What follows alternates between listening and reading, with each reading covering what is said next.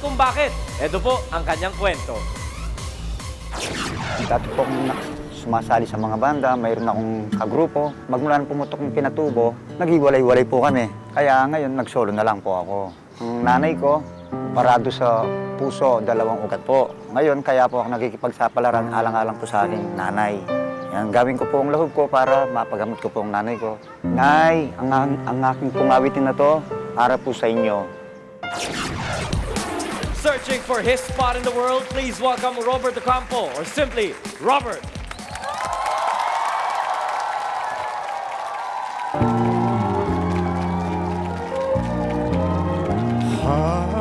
Hanapin ko, di mo hilagan kaluluran. Hanapin ko sa pangingibang bayan.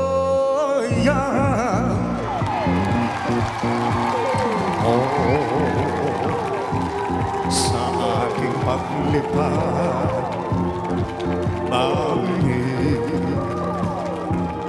init ang iyong landas, babaon.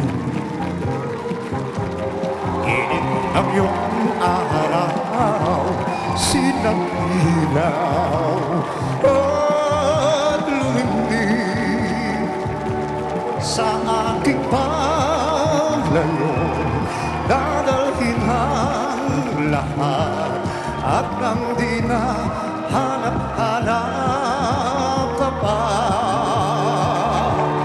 Kung di iwan kita, hanap din lang nila.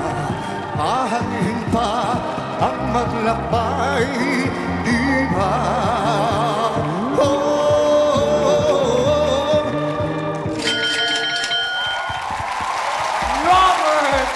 Stage of Talentadong Pinoy. Robert, makipagkwentuhan tayo. Yes, sir. Dating Talent Scouts. Tuesday, ano sa palagay mo kay Sir Robert?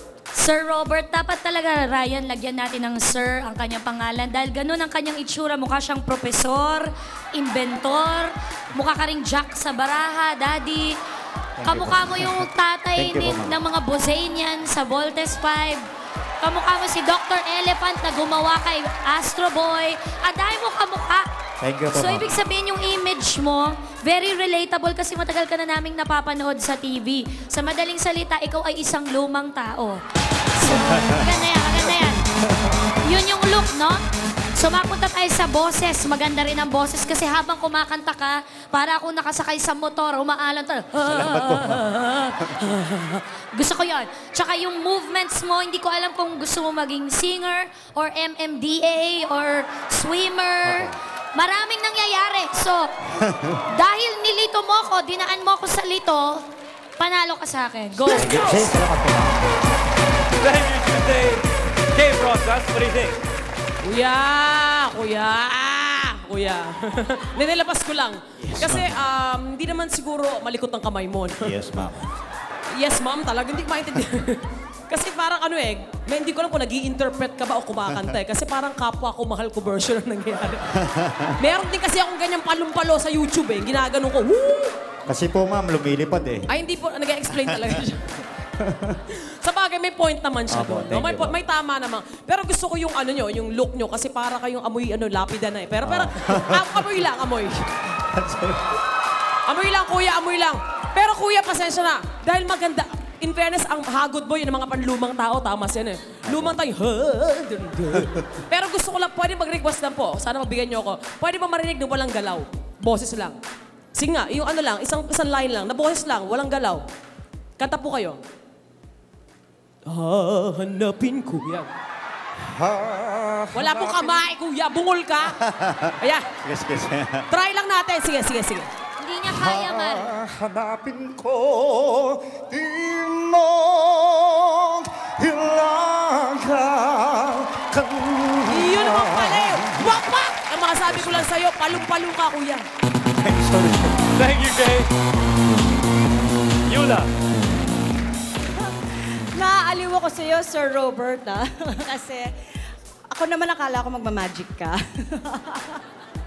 Pero magikero ka talaga kasi alam mo, maganda yung boses mo at saka hindi siya nawawala sa tono. Salamat po, ma'am. Tapos gumagalaw ka pa at hindi pa, alam mo, hindi dahan-dahan yung galaw mo, ha?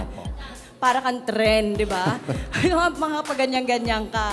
Mahirap gawin yun, kaya panalo ka sa akin. Thank you, Yula. Next, Joey. Akalain ko ba naman na makikita ko sa inyo, Sir Robert, ang bagong interpretasyon ni Gary V. Hindi ba? Naiiba. Hindi pa rin yun ang objectively speaking, no, marapos sa sinabi ng aking mga kasamahan dito. Totoo naman na naiiba ang estilo ng pagkanta ninyo dahil ito ay ang uri ng pagkanta na makaluma sa tenga ng iba. Pero hindi nangangahulugan na dahil ito ay makaluma, na ito ay hindi maganda. Okay? Maaaring na-carried away kayo at para kayong kinukuryenteng kiti-kiti habang kayo'y kumakanta. Pero ang narinig ko ay ang ganda ng inyong tinig. At sa bagay na yan, na-appreciate ko sa iyo. Pero Anthony Castello nga ang dating di ba? Very Anthony Castello din. Tama si Yula doon.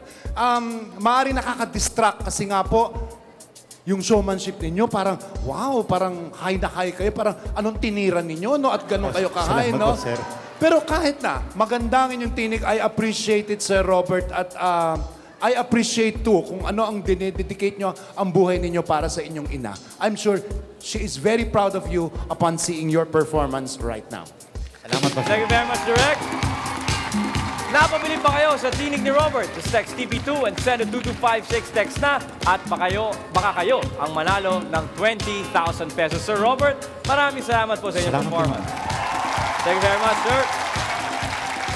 Magagaling na mga talentado ang hatid namin sa inyo sa aming pagbabalik. Panoorin sila dito sa Talent Show ng Bayan, ang Talentadong Pinoy.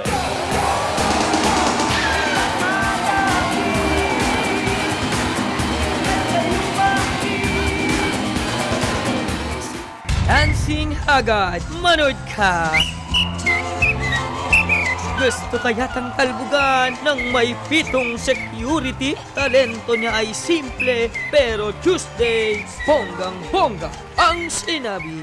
At sa klito niya, wala raw paki si Direk Joey. Mapipon kaya ang gwardya o puno pa rin ng energy? Ano naman ba ang ginawa ng isang contestant na lalaki? At para yatang si Kay Brosas, sa sigaw niya ay narinding. Excited na mi! Chismis kasi. Mahigit 11 million pesos ang nakalaang ipamigay namin dito sa inyong paboritong Talentadong Pinoy. Ang ating pong talentadong taga Colubian, Leyte ay isang security guard na pinag-resign daw ng kanyang boss. Bakit kaya? Ito po ang kwento niya.